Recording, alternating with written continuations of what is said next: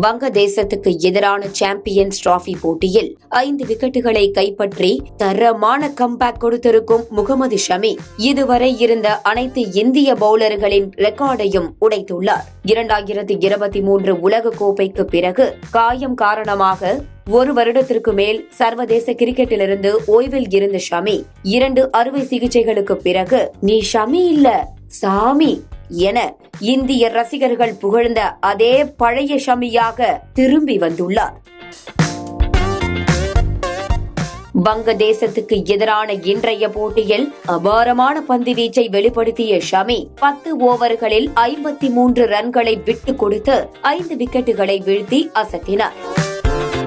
இதன் மூலம் champions trophy வரலாற்றில் ரவீந்திர ஜடேஜாவுக்கு பிறகு 5 விக்கெட்டுகள் வீழ்த்திய 2வது இந்திய பவுலராக மாறி மிரட்டியுள்ளார். அது மட்டுமில்லாமல் ஐசிசி தொடர்களான உலக கோப்பை மற்றும் சாம்பியன்ஸ் டிராபி தொடர்களில் அதிக விக்கெட்டுகள் வீழ்த்தியிருந்த ஜாகிர் கானின் சாதனையை முறியடித்து முதலிடம் பிடித்துள்ளார்.